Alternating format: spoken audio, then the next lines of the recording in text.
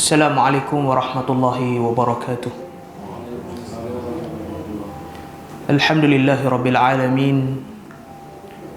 Wassalatu wassalamu ala asyrafil mursalin wa ala alihi wa sahbihi ajma'in.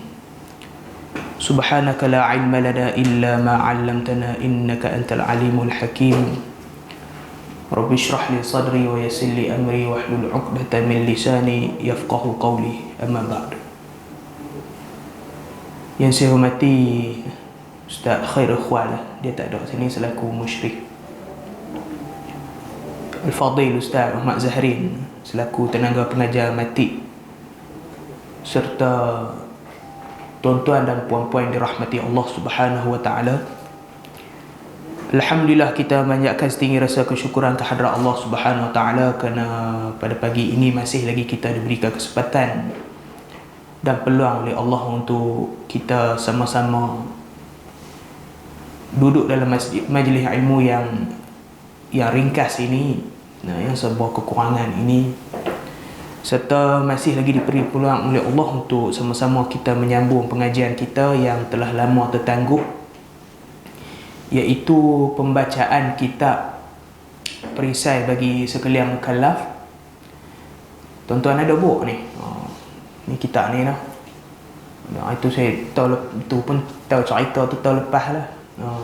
Saya ada jual ni. Bukanlah jual, malah letak kat sini. Lepas tu pakat bayar lah. InsyaAllah pakai balik lah kitab ni lah. Kitab Aqidah. Kitab Aqidah syarah kepada matan Aqidah At-Tahawiyah. Dan lama dah tertangguh. Saya tengok tarikh itu terakhir saya mengajar ini, kuliah ni lah pada 20 bulan 3 tahun lepas. Lama tu dekat nak masuk setahun lah. Sebab PKP pun semua. Alhamdulillah ni kita berjumpa lagi lah, InsyaAllah. Baik, pada kuliah yang lepas kita telah masuk pada bab beriman kepada Allah Subhanahu wa taala, dan kita telah masuk pada bahagian tauhid yang tiga. Tauhid yang pertama iaitu tauhid ar-rububiyah.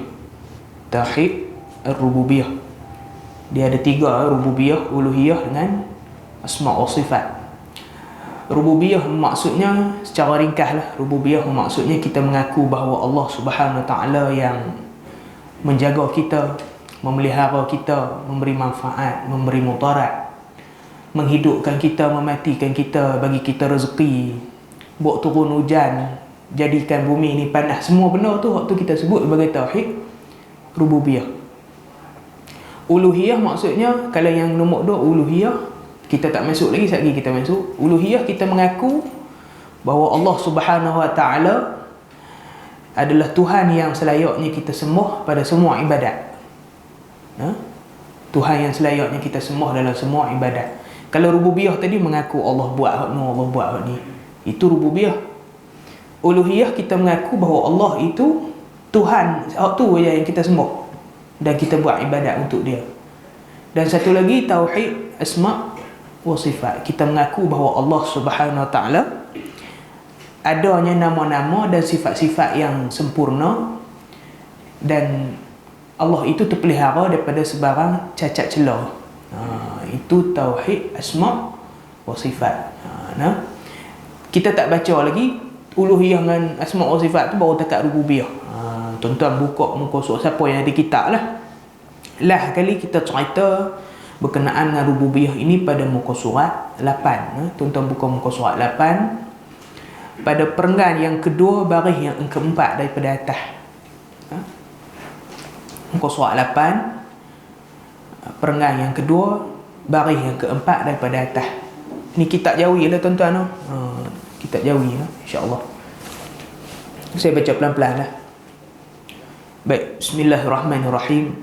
Qala musannifu rahimahullahu ta'ala wa nafa'na bihi wa bi'ulumihi fi darain amin ya rabbal alamin. Okay nah. Baik, muka surat 8 baris yang keempat daripada atas nah. Dan bermula ini tauhid sebenar ia tiada ada syak padanya. Jadi tauhid rububiyah ini tauhid yang betul lah, yang sebenar. Bukan syak lah. Bahkan segala hati manusia dijadikan akan dia atas mengaku dengan ini tauhid. Jadi dia kata manusia secara umumnya, secara fitrahnya, manusia mengaku tauhid ni. Dia tu Islam ke? Dia tu kafir ke? Semua manusia secara umumnya dia kata mengaku tauhid rububiyah ni. Hatta orang kafir pun dia mengaku. Kalau kita tanya kat dia, ada ke tak Tuhan? Ada. Cuma tak mengaku kata Tuhan tu. Kadang-kadang mengaku juga Tuhan tu Allah. Orang Islam pun kadang-kadang mengaku Tuhan tu Allah. Allah tu ada Allah, tapi nak suruh sembah, nak suruh sembahyang tu penyegar sikit. Tak pun dia tak mahu. Kan? Secara fitrahnya macam tu. Hatta orang etis orang apa? Nilah ragu-ragu dengan Tuhan ni. Ataupun orang agnostik tak percaya apa-apa Tuhan, bukan dekat Allah, apa-apa Tuhan. Walaupun dia pun menafikan kewujudan Tuhan, tapi secara naluri dalam benak hati depa, dalam hati halus depa tu ada juga perasaan kata Allah tu ada. Cuma ragu-ragu ya, ada ke tak ada. Macam tu lah. Itu fitrah manusia dia kata. Itu fitrah manusia. Lebih daripada mengaku dengan yang lainnya daripada segala yang ada. Dia kata kewujudan Tuhan itu semua pakat mengaku. Melebihi kewujudan-kewujudan yang lain, mereka mengaku semua. Memang ada sungguh. Seperti sabda sekalian Rasul pada barang yang menceritakan akan dia oleh Allah Ta'ala daripada mereka itu dalam Quran. Seperti mana yang Allah kata, yang para Rasul biasa kata dekat umat-umat dia, seperti mana yang Allah kata dalam Quran, qalat rusuluhum afillahi syakkun fatiris samawati wal ard. Nombor 2 tu surah Ibrahim ayat 10. Artinya telah bersabda sekalian Rasul mereka itu. Allah cerita. Allah cerita di dalam Al-Quran, Allah rakamkan kata-kata para Rasul. Tiada ada syak pada ada Allah Ta'ala. Rasul kata Allah tu memang tak ada syak, memang ada sungguh. Tuhan yang menjadikan segala langit dan bumi dan selangkan Fir'aun. Dia kata dekat tu, langit dan bumi dekat tu. Itu ayat dia habis dekat tu. Memang tak ada syak. Rasul kata memang Allah tu ada, Tuhan yang menciptakan langit dan bumi. Dan selangkan Fir'aun. Selangkan tu maksudnya sedangkan lah. Dan sedangkan Fir'aun yakin ia dengan ini tauhid di dalam hatinya. Hatta Fir'aun yang kita kata sebagai manusia ataupun makhluk yang paling tak berguna kali ni, duk mengaku kata dia tu Tuhan tu pun, dia pun mengaku kata Allah tu ada. Dia pun mengaku. Walaupun duk melawan, walaupun mengaku Tuhan pun, dia mengaku Allah tu ada. Tuhan Musa tu ada sungguh. Seperti sabda Nabi Musa alaihi salam, seperti Allah kata, Nabi Musa biasa kata, laqad alimta ma anzala haula'i illa rabbus samawati wal ardi basair. Surah Al-Isra ayat 102. Nabi Musa kata, artinya sungguhnya telah mengetahui engkau hai Fir'aun, tiada menurunkan akan segala mukjizat ini atas aku melainkan Tuhan yang menjadikan segala langit dan bumi, menunjuki yang nyata atas kebenaranku. Dia kata, wahai Fir'aun, kau ni bukan tak tahu. Dia kata, hak mukjizat aku ni bukan aku buat saja. Dia kata, Allah yang bagi ni, bukan kau tak tahu. Dan mukjizat ini sebagai satu petunjuk kepada apa yang aku bawa ini benar yang betul. Tapi Fir'aun ni bantah lah, dia tak mau terima lah, dia lekeh lah terima Nabi Musa punya ajaran.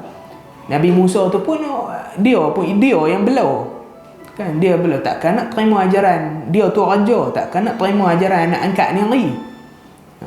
Macam tu kan, dia rasa lekeh lah, rasa takabur lah. Macam tu lah. Tetapi engkau ingkar akan dia pada zahir kerana dengki dan kasih akan dunia. Tapi dia kata, tapi kau ni jenis bangsa orang yang jenis ingkar, penyombong dan kasih akan dunia. Kasih dan dengki juga, dengki kat Nabi Musa. Tak mau lekeh lah. Tak mau lah, tak mau bagi Nabi. Dia patut dia kata dia orang yang paling layak untuk orang sembah, dia paling tinggi. Tiba-tiba nak ajak ikut ajaran Musa, dia tak mau lah. Tak mau lekeh lah. Orang lain dia kata tak mau jatuh. Tak mau jatuh lah. Sebab itu Nabi SAW kata, penyombong tu ialah al-kibru batarul haq wa umtun nas. Waktu Nabi larang kita ada kibr ni, kata penyombong ni. Sebab kibr itu menolak, batarul haq, dia menolak kebenaran dan menghina orang lain. Itu maksud takabur ataupun penyombong. Orang habaq hak betul dia tak mau terima.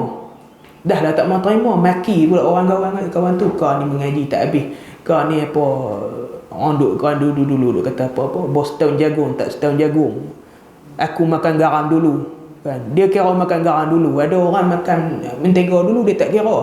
Dia lagu tu. Dia pun tak rasa lagi mentega. Dia duduk main garam. Macam tu lah. Itu kata-kata yang menunjukkan kepada kesombongan lah. Sebab itu Nabi larang. Nabi larang. Sebab tak mau jadi perangai lagu Fir'aun ni lah. Dan firman Allah Ta'ala, Allah kata, وَجَحَدُوا بِهَا وَاسْتَقَيْنَتْهَا أَنفُسُهُمْ ظُلْمًا وَعُلُوًا. Surah An-Naml ayat 14. Artinya, dan ingkar dan mendustakan oleh Fir'aun dan kaumnya akan segala mukjizat Nabi Musa itu dengan lidah mereka itu. Dan yakin akan dia oleh segala hati mereka itu kerana zalim dan takabur. Waktu yang Allah cerita lagi lah berkenaan dengan Fir'aun. Dia ingkar kerana dia nak berlaku zalim dan dia nak takabur pada Allah dan Rasul. Itu antara Fir'aun lah. Itu. Tapi nak cerita di sini, secara fitrahnya, sejahat-jahat mana pun manusia, seburuk-buruk pun mana pun manusia, dia pasti akan ada unsur rububiyah di dalam jiwa dia. Ketuhanan tu. Dia kafir terus mana pun, dia pasti dia akan mengaku kata Tuhan tu ada. Walaupun dia tak apa nak yakin Tuhan mana hak betul kan. Tuhan Kristian ke, Tuhan Yahudi ke, Tuhan Islam. Tapi secara fitrahnya Tuhan tu ada. Sebab alam ini dia takkan jadi dengan sendirinya, melainkan ada sesuatu kuasa yang besar yang menciptakan. Itu konsep rububiyah. Konsep rububiyah. Boleh faham tuan-tuan? Itu secara ringkas lah. Baik, sambung dalam kitab tu. Yang ni dalam sikit lah. Dan yang masyhur pada sisi ulama, usuluddin. Usuluddin tu apa? Usuluddin ni asal ataupun usul di dalam agama. Usuluddin ni nama lain bagi nama akidah. Kalau orang kata apa dia akidah, usuluddin lah. Kita ini pergi belajar ilmu apa? Akidah. Ilmu usuluddin lah. Ni saya terang dah cerita tahun lepas, tapi cerita balik lah 12 tahun lah. Kotnya lupa pula. Kan? Usuluddin tu akidah lah. Usuluddin tu tauhid lah. Dia satu benda yang sama. Usuluddin tu apa? Fiqhul akbar. Imam Abu Hanifah dia tulis satu kitab Fiqh Akbar. Fiqh, kefahaman yang paling besar. Itu kefahaman mengenal Allah lah. Dia satu benda yang sama lah. Kalau kata usuluddin tu akidah lah. Cuma satu ilmu yang sama, iaitu mengenal Allah. Dan yang masyhur pada sisi ulama usuluddin, mengisbatkan tauhid ini dengan dalil tamanu'. Dia kata tauhid rububiyah ini dia ada satu kaitan dengan konsep tamanu'. Konsep tamanu' ni mungkinlah jarang orang dengar kan. Konsep tamanu'. Tamanu' ni apa konsep tamanu' ni? Tamanu' ni maksudnya konsep kita dia pada tamanu' tu perkataan mana'a, halang. Tamanu' maksudnya kita menghalang diri kita daripada mengatakan ada Tuhan yang selain daripada Allah. Itu konsep tamanu'. Kita dulu-dulu orang ajak kita kan, Allah tu ada apa? Allah tu apa? Tuhan tu ada apa? Satu kan. Siapa dia? Allah lah. Okey. Kau kena percaya Allah tu ada satu, Tuhan tu ada satu lah. Kan? Kul huwallahu ahad tu dalil dia kan. Baik. Besok tak kita tanya orang tu, orang yang ajak kita tu lah, awak kita kena kata Allah tu ada satu saja? Awak Tuhan tu ada satu saja? Ni tu jarang lah kan.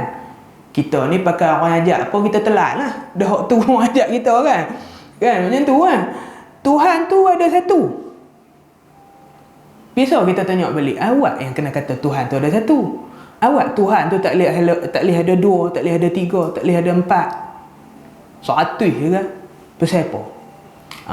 Inilah konsep tamanu'. Ini konsep taman hak. Pasal apa? Baik. Hak ni saya keluar sikit lah tajuk ni. Saya tak masuk kitab sikit. Mau tak terang tak tahu. Apa nama? Tuan-tuan tahu agama. Agama lah. Agama ni satu benda yang umum lah. Satu konsep yang umum. Agama ni, kalau nak kira dalam dunia ni, banyak lah. Bukan dekat Islam saja. Banyak beratus agama.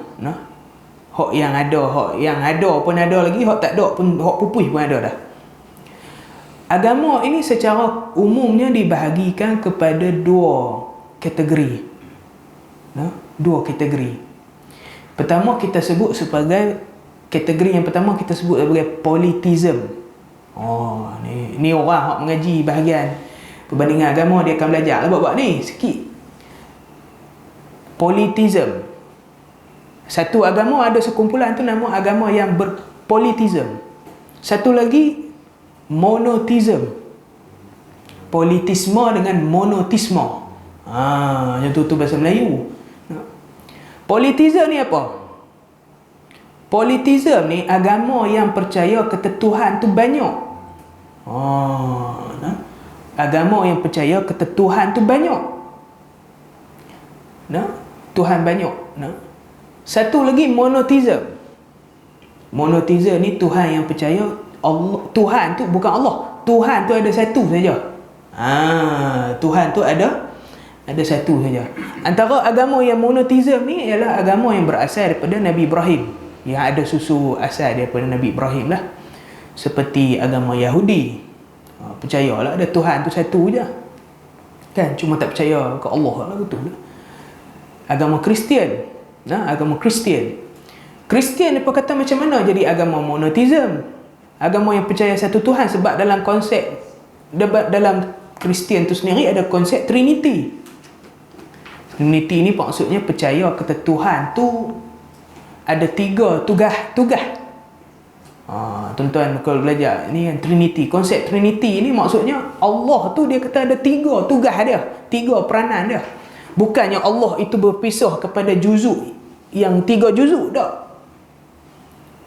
Trinity ni Allah itulah Tuhan Bapa, Allah itulah Anak, Allah itulah Holy Spirit, Ruhul Kudus, Ruh yang suci. Macam kat Kolah lah. Kawan tu lah guru besar, kawan tu lah tukang kebun, kawan tu lah mencik kantin. Macam tu kan. Dia buat semua, tapi dia tu satu je. Agama Kristian dia kata macam tu. Tuhan tu dia lah Bapa, dia lah Anak, dia lah Ruh Kudus. Nabi Isa tu lah Tuhan, Nabi Isa tu lah Bapa, Nabi Isa tu lah Ruh yang suci. Orang Kristian dia percaya macam tu. Satu lagi agama apa? Agama Islam lah. Islam agama monotism. Allah tu satu je. Ada lagi agama Mandaism. Ada lagi Bahaiyah. Bahai. Ada lagi nama Rastafari. Tu agama yang percaya satu Tuhan lah. Saya tak mau cerita satu Tuhan tu. Saya nak cerita agama yang satu lagi tu. Konsep agama yang satu lagi, politism tu. Agama banyak Tuhan ni. Agama banyak Tuhan ni, ataupun kita sebut sebagai politism ni, banyak agama dia. Buddha, Shinto, Hindu. Ni agama yang percaya banyak Tuhan. Contoh kita ambil agama Shinto. Tuan-tuan agama Shinto. Shinto ni agama rasmi bagi negara Jepun. Shinto ni agama rasmi bagi negara Jepun. Asalnya Shinto ni pun daripada ulama. Tok Sami dia tu pun asalnya bukan agama Shinto, dia agama Buddha. Tapi biasalah dia pun buat bid'ah dalam Buddha tu. Ingat orang Islam je buat bid'ah, agama lain pun buat bid'ah juga. Dia buat bid'ah dalam agama Buddha sehingga mewujudkan agama yang lain. Dia buat nama agama Shinto. Dan agama Shinto ini bersifat animisme, percaya spirit, semangat bulan, semangat bintang, semangat pokok pun ni. Semangat itulah yang dikatakan sebagai Tuhan tu. Tuhan pokok kawan ni jaga, Tuhan ni jaga kan? Macam tu lah. Dalam agama Shinto ada Tuhan nama dia Amaterasu umi kami. Oh, dia pula dah kan. Panjang nama Tuhan pun. Nama Tuhan dia Amaterasu umi kami. Amaterasu umi kami ni Tuhan matahari. Hak jaga matahari kawan tu lah. Amaterasu umi kami dalam kitab depa berkelahi dengan tu, dikatakan berkelahi dengan Tsukuyomi, Tuhan bulan. Sebab Amaterasu umi kami tuduh Tsukuyomi ni Tuhan hak jahat. Berkelahi. Padahal berbuat kuasa lah. Kan, siapa nak merintah alam? Kan, dia nak jaga matahari, dia juga nak jaga bulan. Berbuat kuasa. Dikatakan macam tu lah. Dah habis berkelahi dengan Tsukuyomi, berkelahi pula dengan Susanoo, Tuhan apa? Tuhan angin. Nak jaga bulan pun dia, nak jaga angin pun dia. Berkelahi, pabrik kuasa. Itu dalam agama Shinto. Dalam agama Asatru ataupun kita sebut sebagai Northcard, Tuhan dia Tuhan Thor dengan Loki. Ni ada orang putih buat filem tu, nama filem tu Thor. Thor. Hak kilat tu. Kan, orang kita nak tengok bukan nyentuh binatang apa. Tak tahu kata agama tu, cerita tu ada susu dengan agama, keagamaan. Thor tu Tuhan hak baik, Loki tu Tuhan jahat berkelahi. Nah, dalam agama Hindu paling banyak Tuhan, ada 330 juta Tuhan. Paling banyak Tuhan. Diceritakan dalam kitab Siva Purana. Ni kitab agama Hindu. Beda pun ada kitab. Mereka banyak kitab. Diceritakan Tuhan Brahma dia berkelahi dengan Tuhan Vishnu. Berkelahi tak sama. Berkelahi. Lama berkelahi tu. Dah berkelahi tu pula. Sampai dewa-dewa langit ni kata, wahai berhentilah berkelahi ni. Nak duk lingkuk dah kapal habis kapal ni. Langit dengan bumi nak duk lingkuk lah habis kapal berkelahi. Tapi dia tak cakap lagu saya lah. Kan? Dia cakap bauh lagu saya lah. Dia cakap lagu dia pun berhenti lah. Duk berkelahi apa? Sama-sama Tuhan. Langit dengan bumi nak musnah. Secara kesimpulannya daripada apa yang saya cerita tu, pasal apa tak boleh ada Tuhan lebih-lebih? Bergaduh. Sebab apa? Kalau masing-masing ada kuasa, pakat bergaduh. Tonton tengoklah menteri-menteri dalam Malaysia ni.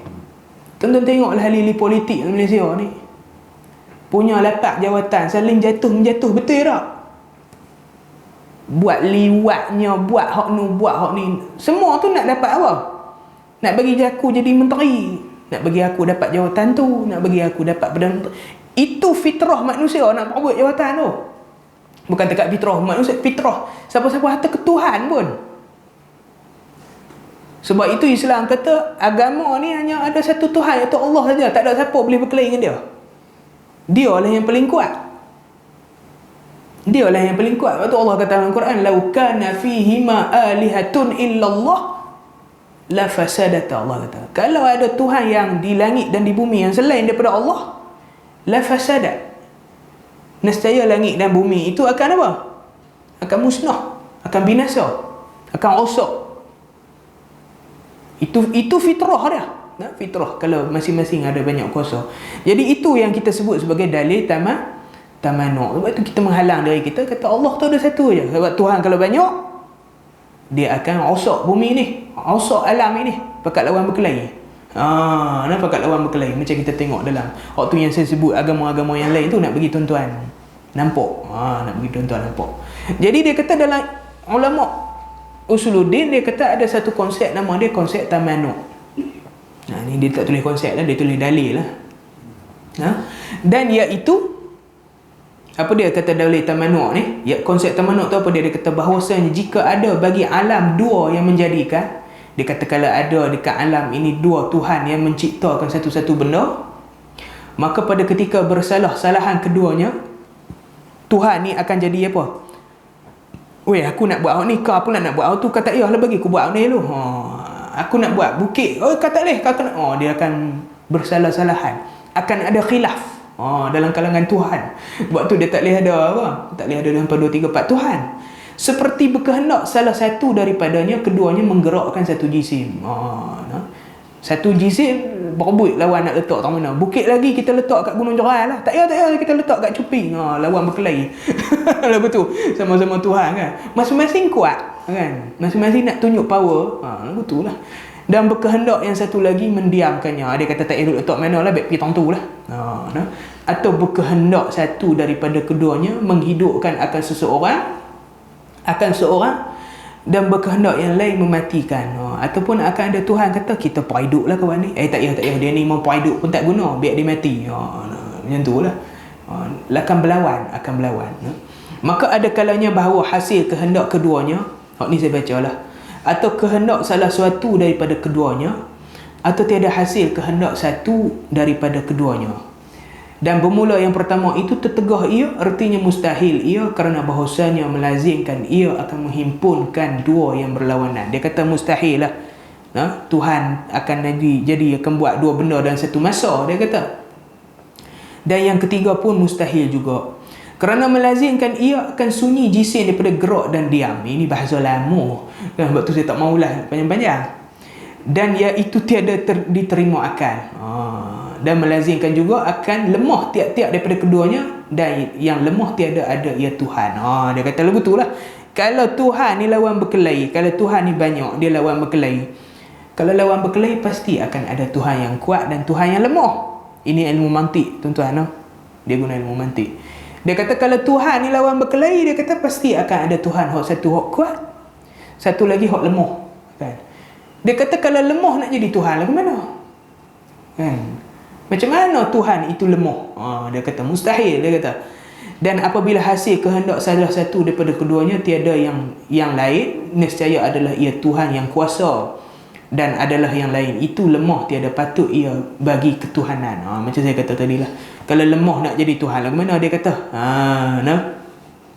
Berkata banyak daripada ulama bahawasanya dalil tamannu' ini ialah makna firman Allah Ta'ala. Allah kata dalam Quran, "Lau kana fihima alihatun illallah la fasadata." Allah kata dalam suratul Anbiya ayat 22. Artinya jika ada pada langit dan bumi Tuhan yang lain daripada Allah Ta'ala, nescaya binasa keduanya. Maksudnya binasa lah langit dan bumi. Macam itulah. Sebab itu kalau orang tanya kita pasal apa Tuhan ada satu saja, pasal apa Tuhan tu tak ada banyak? Sebab kalau ada banyak, perkelawan berkelahi, dan alam ini akan apa? Akan hancur binasa. Macam itulah, akan tak terurus lah. Macam itulah. Itu akhir kepada konsep tauhid rububiyah. Wallahu a'lam. Habislah tauhid rububiyah. Kita tengok tauhid uluhiyah. Apa yang disebut sebagai tauhid uluhiyah. Ni saya rasa Ustaz Lutfi ajak aku ini, tapi kita baca berdasarkan kitab lah, tak apalah. Dan bermula tauhid uluhiyah iaitu mengesahkan Allah. Mengesahkan apa maksudnya? Menyatakan Allah itu satu je. Mengesahkan, itu maksud mengesahkan. Allah tu Maha Esa, kan kita duk katakan Esa tu maksud satu lah, tunggal. Menunggalkan Allah ataupun mengesahkan Allah Ta'ala dengan segala perbuatan hamba yang mensyarakkan akan dia oleh Allah Ta'ala bagi mereka itu. Jadi dia kata maksudnya apa sahaja yang Allah perintah kepada kita suruh kita buat kerana Allah Subhanahu Wa Ta'ala semata-mata. Itulah tauhid uluhiyah. Tu cara mudah lah kita faham. Tak faham lagi, baca tu dia. Seperti doa kepada siapa saja? Pada Allah saja. Doa tu ibadat tu. Seperti doa dan nazar. Nazar, bernazar kan, dan menyembelih korban, dan minta tolong, dan sembahyang, dan puasa, dan zakat, dan haji, dan umrah, dan lain daripada yang demikian. Semua disebut.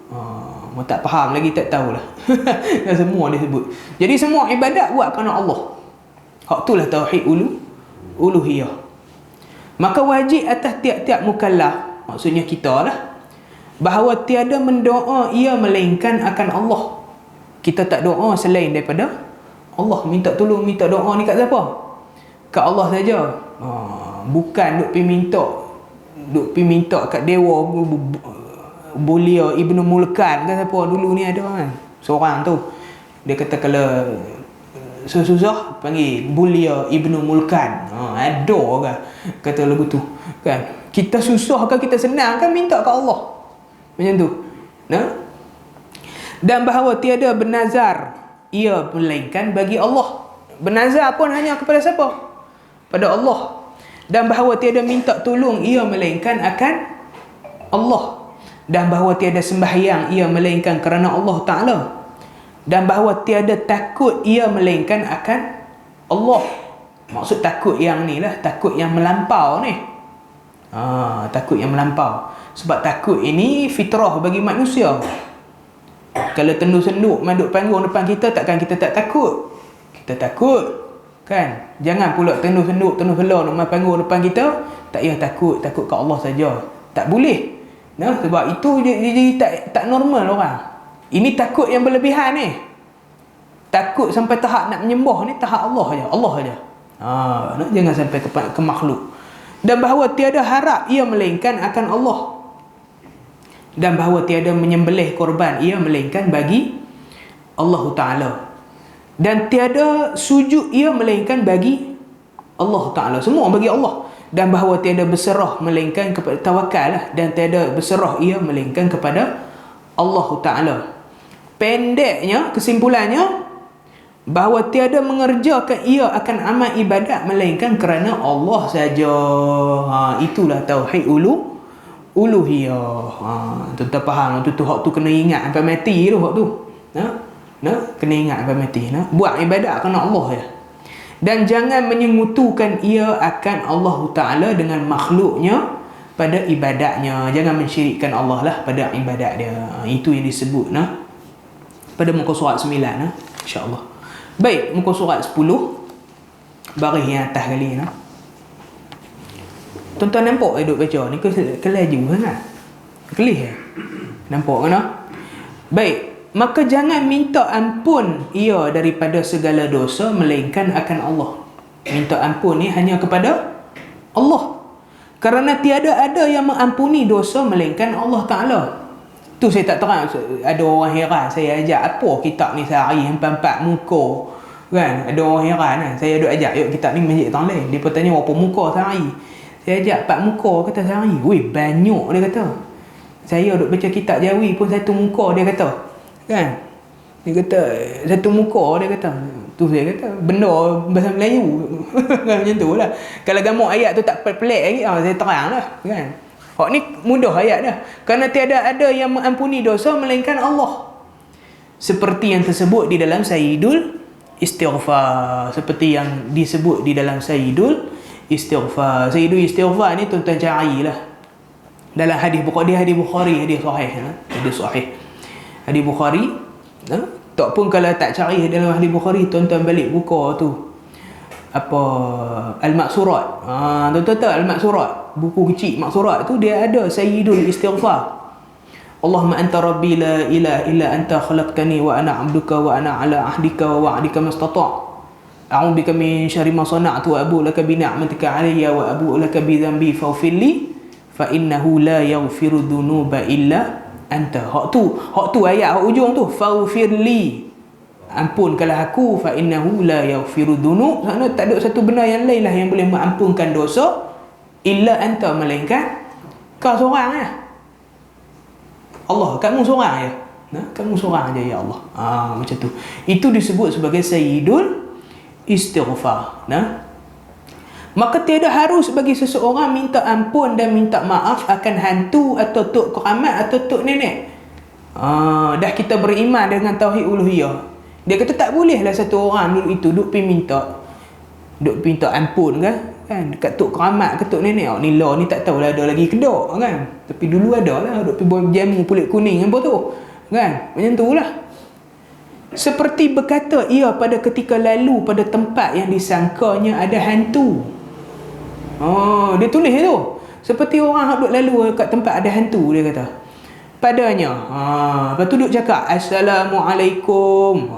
Ni saya baca cara ni kan. Assalamualaikum, minta tabik Datuk Bumi Putera di sini. Macam orang dulu katalah. Assalamualaikum, ni anak cucu ni. Jangan ambil salah silih. Anak cucu tiada erti bahasa minta ampun maaf lah. Orang dulu kata kan, kalau nak pergi kencing mana-mana, belum masuk hutan, minta izin dekat penunggu hutan. Kan anak cucu tumpang lalu nak minta kencing tahun ni lah, jangan duk makan kacang no. Minta ampun maaf. Hendak minta ampun maaf apa awak buat salah dengan dia kan? Kita minta ampun minta maaf ni apa salah? Kalau kita buat salah dengan orang, kan? Kita tu buat salah betul lah dengan Allah, dengan tok nenek tang tu, penunggu tang tu, kita buat salah apa? Ada sungguh ke penunggu tang tu? Kan? Itu sebab tu konsep uluhiyah minta lepas. Orang duk buat lagu ni kan? Ada dulu saya biasa pesan ke anak dia, saya depan-depan kita tu. Ni nak kencing tahun ni. Padahal pada naik perumahan abang tu, ni kencing tahun ni. Perumahan orang tak duduk lagi. Dia kata minta cuci pi tahun tu baca-baca lagi. Baca-baca baca-baca lagi. Minta kat tok nenek tu minta. Apa? Ajak anak pula tu. Uluhiyah, konsep uluhiyah minta lepas. Nah, tapi mengaku orang Islam, tak tahu malu lah. Kan? Kita mengaku kita orang Islam, konsep awak mudah macam ni pun tak lepas. Tak tahu malu ke kita? Kena malu lah. Kena malu sangat-sangat. No? Kena malu sangat. Lepas tu kena clear. No? Kena clear bab ni. Allah yang jaga kita, tak ada. Tok nenek ni tak ada. No? Maka yang demikian itu perbuatan orang jahiliah. Dia kata perbuatan-perbuatan tu perbuatan orang jahiliah. Dia kata orang tak dapat hidayah. Kerana firman Allah Ta'ala, kerana Allah kata wa annahu kana rijalun minal insi ya'uduna birijalin minal jin. Al-ayah sampai habis lah. Artinya Allah kata, dan bahawasanya adalah pada zaman jahiliah beberapa orang laki-laki daripada manusia minta pelihara mereka itu dengan beberapa laki-laki daripada jin. Ini perangai orang jahiliah. Minta perlindungan daripada jin. Pada ketika berhenti mereka itu di dalam perjalanan, mereka itu pada tempat yang ditakuti. Dia kata jumpi tak mana-mana pun takut. Ada dewa ni, tok nenek, tok keramat apa semua. Minta ampun, tak boleh. Tak boleh, minta kat Allah saja. Tu benar-benar tu kat Allah saja. Ni patutnya kena selesai lah kan. Dan jangan menyembelih ia akan binatang seperti ayam dan kambing dan qaba balak. Dia tulis qaba balak tuan-tuan. Bukan saya saja baca. Qaba balak dia tulis. Dan lain tak qaba balak. Albino kan, albino. Qaba hak putih. Dan lainnya kerana hantu laut atau hantu darat atau tok nenek atau tok keramat atau lainnya. Tak boleh dia kata sembelih kerana pok-pok tu. Kerana sabda Nabi SAW, sebab Nabi kata la'anallahu man zabaha li ghairillah. Artinya menjauhkan Allah Ta'ala daripada rahmatnya. La'ana atau la'nat tu maksudnya Allah jauhkan daripada rahmat. Kalau tak tobat pakai masuk neraka, waktu masuk laknat. Waktu kita dilarang laknat orang lain, laknat muka ni, laknat aku. Sebab kita minta kawan tu jauh daripada rahmat Allah, jauh daripada kasih sayang Allah. Nabi kata la'an Allah, menjauhkan Allah daripada rahmatnya akan mereka yang menyembelih kerana lain daripada Allah Ta'ala. Dia kata, Nabi kata jelas-jelas dalam hadis, menceritakan dia oleh Muslim. Hadis itu riwayat Imam Muslim. Dulu bahasa dulu menceritakan dia. Kan ni hadis riwayat Muslim. Bahasa moden sikit lah. Berkata Al-Imam Nawawi di dalam syarah Muslim. Dia ambil ke qaul Imam Nawawi. Imam Nawawi kata, maka barang siapa menyembelih ia kerana berhala atau kerana palang. Palang ni tu dia bubuh lagu tu kan dalam kitab. Tanda salib. Atau kerana Nabi Musa atau kerana Nabi Isa sallallahu alaihi wasallam. Atau kerana Kaabah atau umpama yang demikian itu ataupun lain-lain lah, dia kata maka sekalian ini haram. Jadi sembelihan itu haram, tak boleh makan. Tak boleh makan, dia jadi tak halal. Dan tiada halal ini yang disembelih, tak halal, tak boleh makan. Sama ada yang menyembelih itu orang Islam atau orang Kristian atau orang Yahudi ataupun orang, sama ada hak sembelih itu orang Islam ataupun orang ahlul kitab. Sembelih di kita ni asalnya Nabi bagi ahlul kitab sembelih, kita makan boleh. Tapi kalau sembelih selain daripada nama Allah, nak kerak tu tak sebut bismillah, nama lain lah, dia bismi nama lain, dia bukan bismillah, dengan nama apa-apa dia tak boleh, tak boleh makan. Okey. Telah menyebut akan dia dengan terus terang oleh Al-Imam Syafi'i radhiyallahu anhu. Dan telah setuju atasnya sekalian ashab kita, Asy-Syafi'iyah. Maksud Imam Nawawi ni mazhab apa? Mazhab Syafi'i lah. Dia ambil qaul pandangan Imam Syafi'i. Dia ni ambil pandangan Imam Nawawi ambil pandangan qaul Imam Syafi'i. Dia lagu tu. Ashab kita.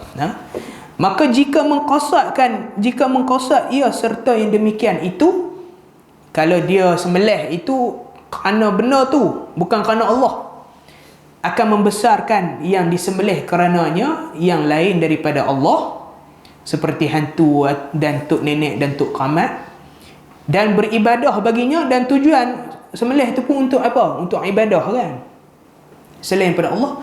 Nescaya adalah yang demikian itu kufur. Dia kata perbuatan itu perbuatan yang kufur. Kafir terus. Dia tu kafir terus. Tak empa syak lah. Maka jika ada yang menyembelih itu orang Islam dahulu daripada demikian itu, kalau orang Islam yang buat perbuatan tu, nescaya jadilah ia dengan menyembelih itu murtad. Maka dia tu jadi orang apa? Orang murtad. Wal'iyazu billah. Wal'iyazu billah. Intaha tu maksudnya habislah ulasan ulama setakat tu.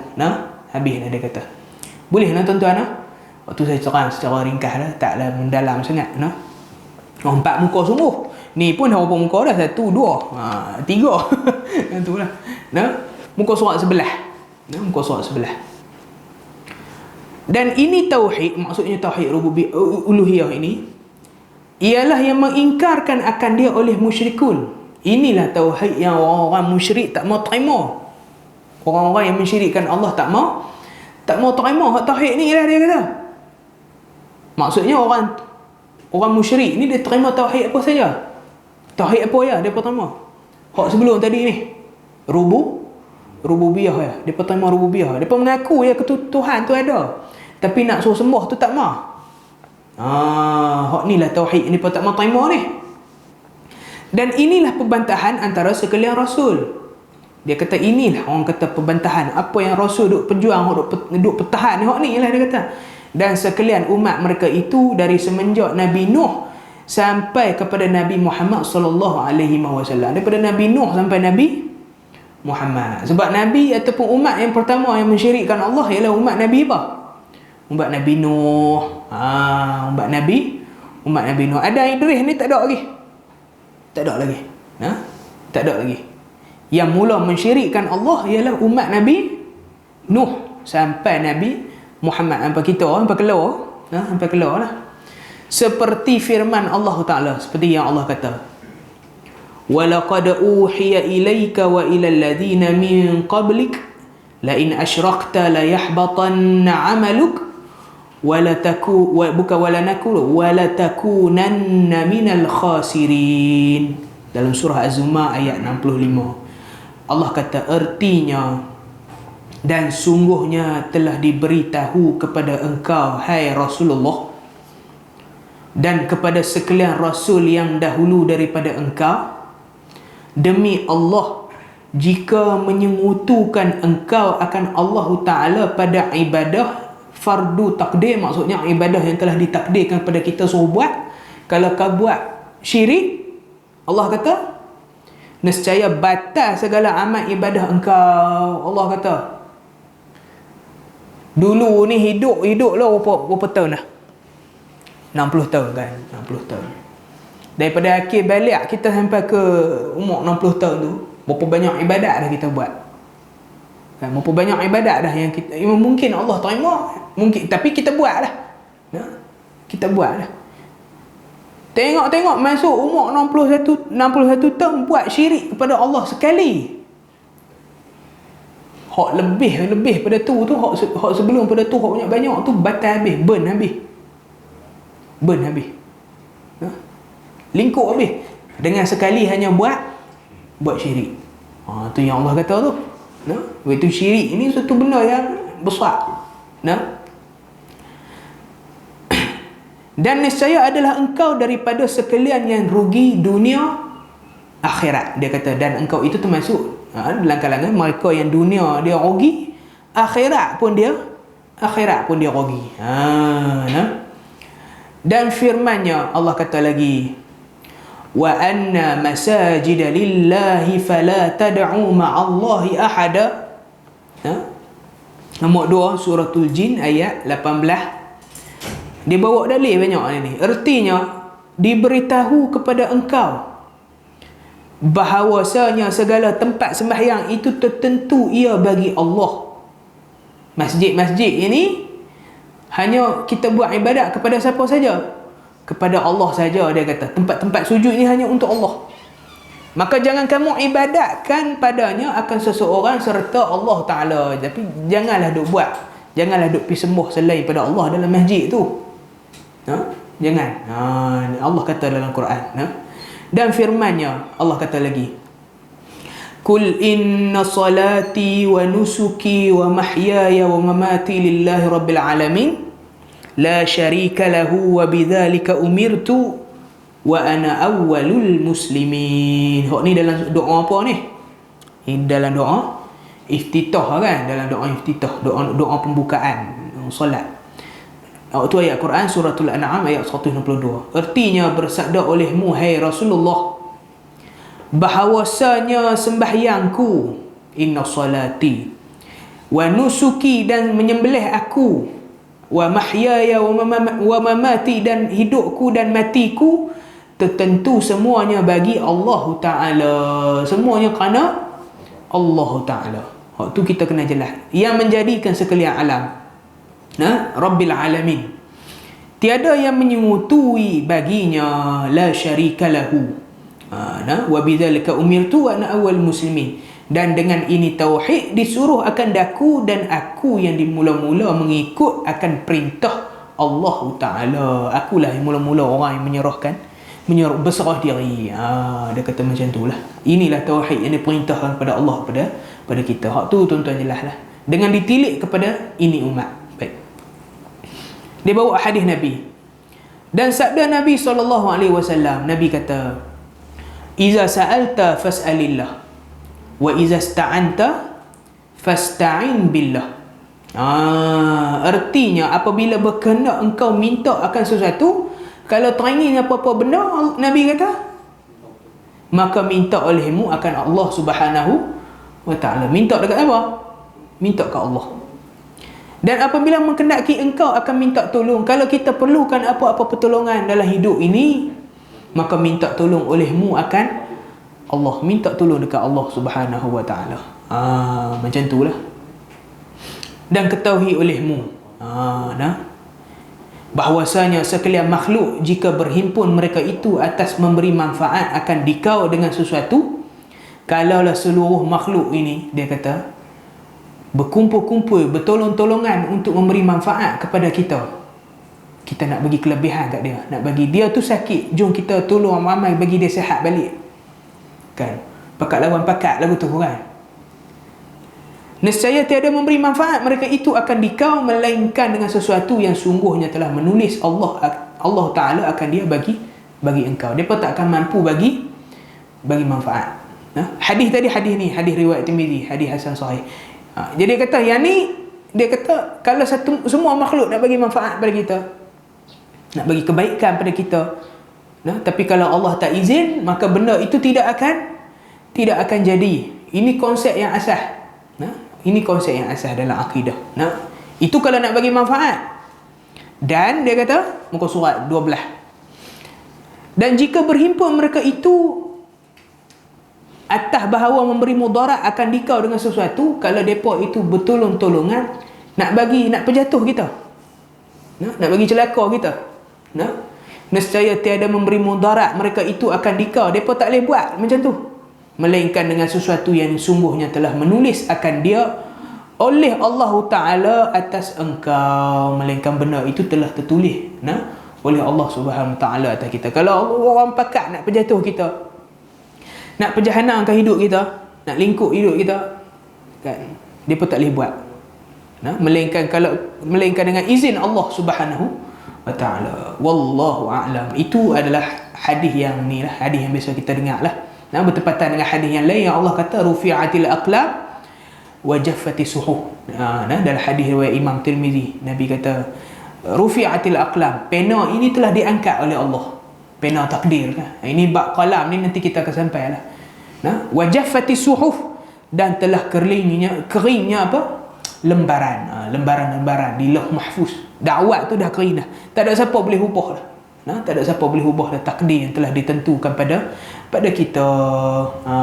Ada sikit masa lagi, kita pergi sikit lagi boleh tuan-tuan. Pukul 10 kita mati ya. Yang ketiga,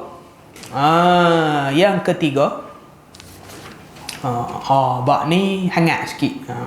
Bab ni panas lagi. Tauhid asma wa sifat. Ni dah ada rakam pula ni. Jenuh lagi depa potong bahagian saya lagi. Kena kecaman. Baik ya. Baik kan. Baik. Nak cerita percaya tak percaya sudah. Baik. Dan adapun tauhid asma wa sifat, dia kata yang dikatakan mentauhidkan Allah, mengesahkan Allah dari segi nama dan sifat dia, tu apa dia? Maka iaitu percaya. Pertama kita kena percaya dan membenarkan akan sekalian yang datang di dalam Quran dan segala hadis yang sahih daripada segala nama dan sifat Allah Ta'ala. Hak tu yang pertama. Dia kata tauhid asma wa sifat ni apa saja yang Allah cerita dalam Quran tentang diri dia, begitu juga apa yang Nabi cerita di dalam hadis yang sahih berkaitan dengan diri Allah, kita kena percaya. Dia kata kita kena benarkan perkara tersebut. Apa-apa sajalah Allah cerita, dan mensifatkan Allah Ta'ala dengan dia atas hakikat. Dia kata hak tu yang penting tu. Dan mensifatkan benda itu secara hakikat. Maksudnya kita tak takwil. Maksudnya kita tak takwil. Kalau Allah kata dia ada tangan, kan Allah kata dalam Quran, yadullahu fawqa aydihim, tangan Allah di atas tangan-tangan mereka.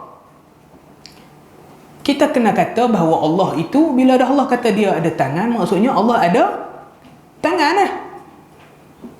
Tapi laisa kamithlihi syai', tangan Allah tak sama macam tangan mana-mana makhluk pun.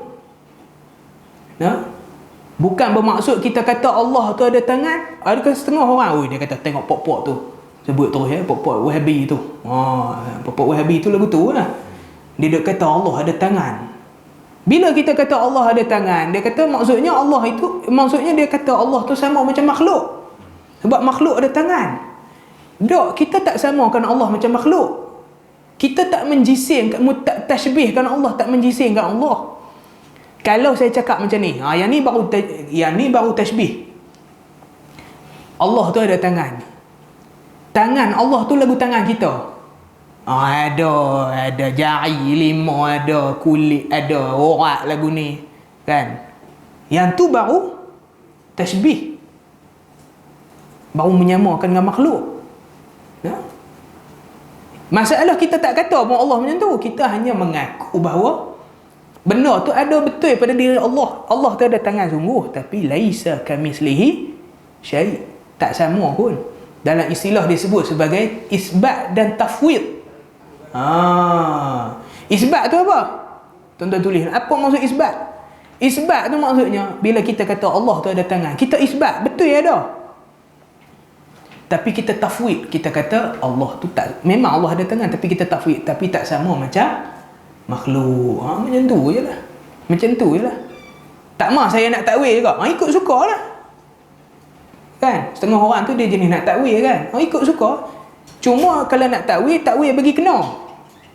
Takwil bagi, sebab tu saya akan sebut cara-cara nak takwil lagi. Ada yang digariskan oleh Maulana Asri. Dia hebat cara nak takwil tu. Dia nak takwil juga, ikut suka dia lah. Cuma jangan kata orang yang tak mau takwil ni, orang yang beriman secara hakikat ni, jangan duk kata pok-pok ni Wahabi, jangan duk kata. Sebab kita pun tak nak kata orang hak takwil ni geng-geng apa? Bid'ah. Kita tak nak kata. Mereka pok-pok keras saya tak kata. Dia nak takwil dia punya pasal. Balik akhirat nanti jawab pasal apa kata takwil. Saya akan jawab pasal apa saya tak takwil kalau Allah tanya. Dia pun dia akan jawab macam tu juga. Tanggungjawab tu orang panggil tanggungjawab. Pandai buat, pandailah jawab. Macam tu lah. Hati buat, hatilah jawab. Kalau nak takwil, akan jawab ni. Macam tu lah kan. Allah akan tanya. Macam tu lah. Tapi kalau tanya saya tak takwil lah. Saya tak takwil. Saya kata Allah ada tangan. Laisa kamitslihi syai'. Tapi tak sama macam tangan makhluk. Macam tu lah. Jadi dia kata macam tu guru kita juga kata kita sifatkan Allah dengan hakikat dia. Dengan hakikat dia. Dengan ketiadaan menyerupai, dengan ketiadaan menyerupakan. Ini konsep dalam beriman dengan tauhid asma wa sifat. Ini konsep dia. Pertama, kita tak serupakan dengan ketiadaan menyerupakan. Maksudnya kita tak boleh kata Allah itu sama dengan makhluk. Tuan-tuan, kalau ada kitab bubuh nombor 1 tuan-tuan. Cara nak beriman dengan tauhid asma wa sifat dengan zat Allah. Pertama, kata jangan kata Allah sama macam makhluk dengan tiada menyerupakan. Dan memalingkan daripada zahirnya. Yang kedua, jangan palingkan daripada zahirnya ataupun kita sebut sebagai ta'til. Sebagai ta'til.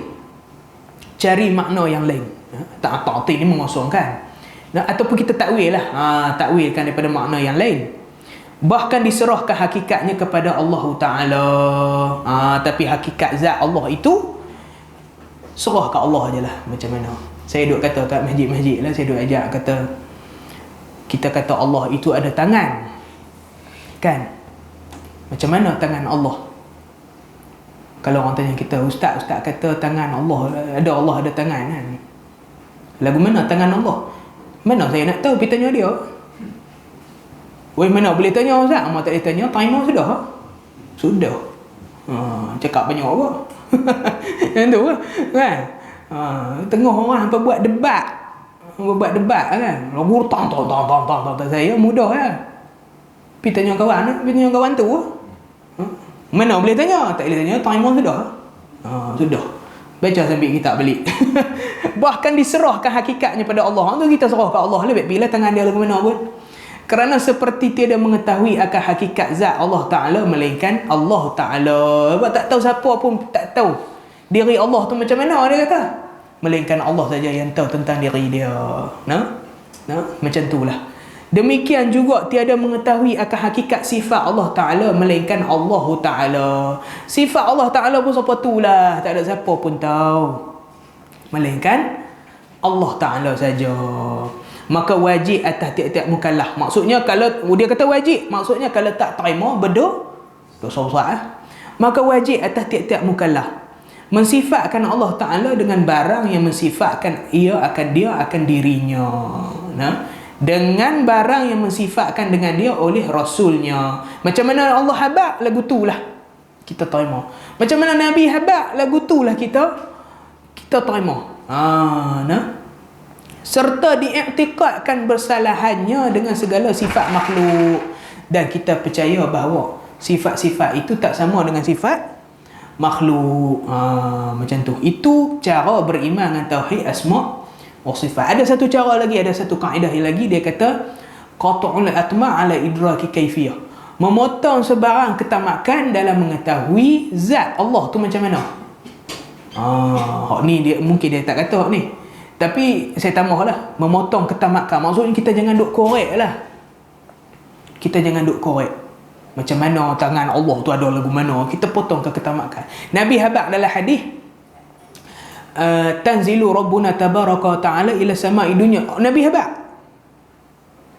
Allah turun ke langit dunia kan, tiap-tiap malam.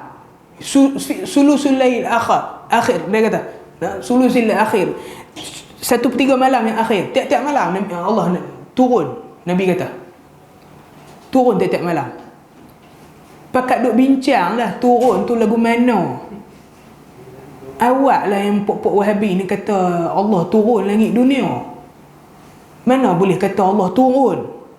Turun ni, kalau Allah turun, dia jahat. Turun tu dia kata Allah duduk atas arasy. Pula mengaku pula Allah duduk atas arasy. Kalau turun, siapa pula duduk atas arasy? Lu fikir betul-betul tu. Lepas tu duk fikir pula, kalau Allah turun, maksudnya Allah ni lagu kita lah. Lepas Pasal apa? Turun ni biasanya daripada tempat atas ke tempat bawah. Turun tangga. Kita turun tangga turun tangga ni daripada tempat atas ke tempat bawah. Dia kata Allah pun, Pok Wahabi dia kata Allah lagu makhluk. Turun daripada tempat atas ke bawah. Awak yang kita jawab balik, awak yang kau duk fikir Allah tu lagu kau. Kita turun tu lagu tu lah, daripada atas ke bawah. Allah turun lagu mana? Baby kat dia. Adalah cara dia turun. Waktu dia kata qat'ul atma', potong sebarang ketamakan untuk tahu lebih-lebih berkenaan dengan Allah. Yang pasti kita percayalah Allah itu turun. Siapa duduk atas arah? Tanya dia. Mana boleh tanya? Tak boleh tanya, percaya sudah. Ni tok-tok dia fikir kan? Sampai buat debat tontang. Tak ada kerja. Banyak lagi benda duk fikir Allah turun, taman Allah duk mana apa semua. Banyak lagi benda nak boleh fikir. Nah, macam tu lah. Jangan duk fikir lebih-lebih berkenaan dengan Allah. Nah. Dia kata macam tu lah. Maka kita iktikadkan bahawasanya Allah Ta'ala mendengar. Allah tu dengar. Tiada seperti mendengar kita. Tapi dia pun kata tiada seperti mendengar kita. Ni baca bahasa Melayu ni, bukan baca bahasa Arab. Kau nak petikai pun kita jawi. Apa ni petikai? Nak baca bahasa Melayu kau tak faham. Allah itu boleh dengar, dia kata, tapi tak sama macam cara kita dengar. Dan melihat ia tiada seperti melihat kita, dan berkata-kata tiada seperti berkata-kata kita. Tu dia tulis tu. Dan marah ia tiada seperti marah makhluk. Allah ni marah dalam keadaan banyak keadaan, dalam keadaan. Tapi marah Allah tu bukan marah lagu kita. Marah lagu kita ni lagu nak sakar pelingkuk buang. Marah lagu kita ni lagu nak bunuh orang. Allah marah bukan lagu kita. Adalah cara yang layak dengan dia. Dan kalau Allah marah pun dia tak buat zalim kat siapa-siapa. Macam tu. Macam tu. Dan turun ia, tu dia sebut. Dan turun ia tiada menyerupai akan turun yang baru. Turun Allah ke langit dunia itu tiada sama seperti turunnya makhluk daripada tempat atas ke tempat bawah. Allah turun dengan cara dia. Macam mana? Tak tahu. Laisa kamitslihi. Percaya sudah. Bahkan seperti marah dan turun yang layak keduanya dengan kebesarannya. Kedua itu layak dengan kebesarannya. Dan baginya tangan tiada seperti tangan hambanya. Dia pun kata tangan Allah seperti tangan dia lah. Tak ada lah sama seperti makhluk. Dan baginya muka sebagai muka yang patut padanya dengan dia. Dan Allah tu kata, dan Allah juga kata ada wajah. Allah kata dalam Quran, kullu syai'in halikun illa wajhah. Hari kiamat nanti semua benda musnah melainkan wajah dia. Lagu mana wajah dia? Laisa kamitslihi syai'. Hak tu kena pegang hak tu. Kita mengajar akidah ni laisa kamitslihi syai' tu kena boleh hafal. Wa huwa samiul basir. Laisa kamitslihi syai' wa huwa samiul basir. Dia lah Maha mendengar lagi Maha melihat. Macam itulah. Dan Allah itu ada wajah tapi tak sama macam wajah makhluk. Macam itulah. Boleh pergi tuan-tuan. 22 minit dah. Tadi ni mula saya tu duk tanya nak lajak lagi tu. Macam itulah. Sikit lagi. Lepas tu kita berhenti lah. Dan bersifat ia dengan istiwa tiada seperti istiwa yang baru. Ni perkara berkelahi kan. Kalau Allah kata dia boleh istiwa, dia istiwa ni apa? Dia bersemayam, duduk dengan penuh kemegahan. Itu maksud istiwa. Adalah pandangan betul dalam satu qaul lagi dia takwil istiwa tu dengan makna istaula, menguasai. Betul lah juga. Jangan duk kata bid'ah pula. Tuan-tuan jangan duk kata bid'ah pula. Itu qaul. Kita kena terima. Itu pandangan. Kita kena terima. Kita kena insaf lah dengan ilmu. Kita nak pilih hak mana ikut suka kita. Tapi yang kita kena kata lah. Hak betul kita kena kata. Golongan salah dia tak takwil. Kalau Allah kata istiwa macam mana? Duduk dengan kebesaran Allah. Tak sama macam duduk saya, tak macam duduk tuan-tuan, duduk bersila, hak duduk simpuh benda ada tak sama. Tak sama macam tu. Duduk dengan kebesaran Allah dengan cara dia. Kalau ada satu pak lagi kata dak, istiwa tu bukan duduk, bukan maksud duduk ayat tu. Dia kata maksud istaula, menguasai. Betul lah juga baby kat dia lah, betul lah juga. Nah, adalah dia takwil juga, tapi takwilan dia tu tak salah. Betul juga. Nah, betul juga. Dia tak salah hak tu. Nah, dia tak salah. Macam tu lah. Jadi istiwa tu dia kata macam tu. Duduk tapi tak sama macam duduk yang baharu macam tu. Nah, macam tu. Dia nak ni saya nak sebut sikit lah. Nah, mungkin yang terakhir kot. Nah, mungkin yang terakhir. Kita nak takwil ni boleh. Kita nak takwil ni boleh. Nah, ayat Quran, ayat yang bersifat mutasyabihat ni kita boleh takwil.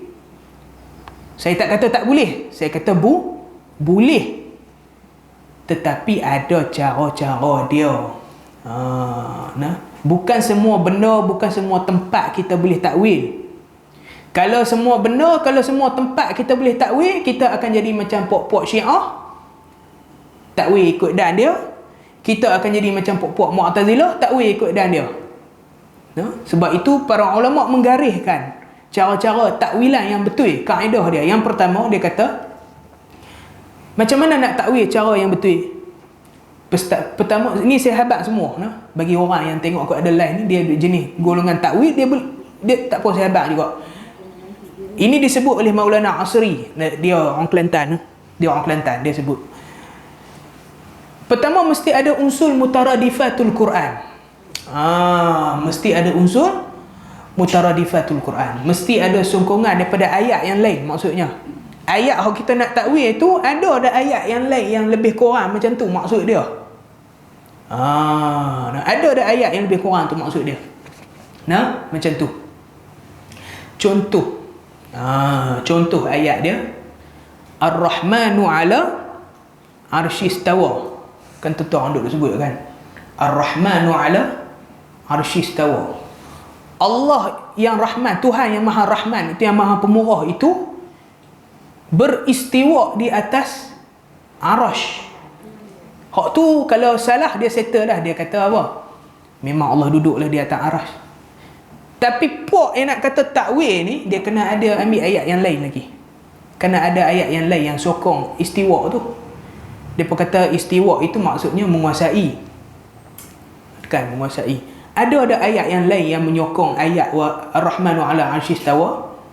Dia ambil ayat wa rahmati wasi'at kulla syai', dan rahmat aku tersebar luas.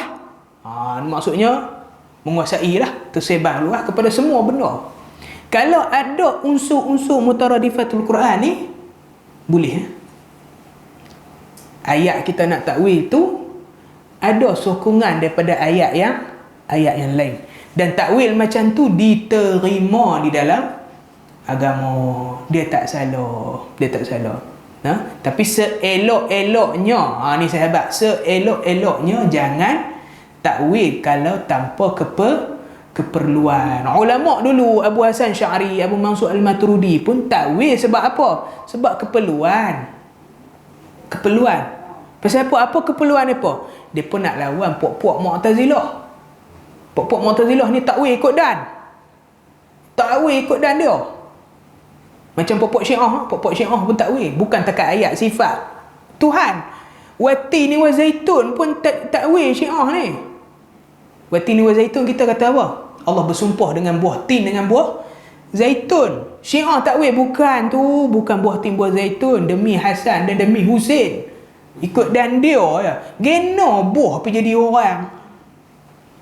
Sebab tu saya kata, nak takwil tu jangan ikut dan. Dia ada cara dia. Antaranya cara macam tu lah. Kena ada unsur ayat Quran, kena ada sokongan ayat Quran yang lain. Macam tu baru kita takkan jadi takwilan yang salah. Allah itu duduk bagaimana? Laisa kamitslihi syai' wa huwas samiul basir. Itulah Allah. Allah duduk dengan layak cara dia lah.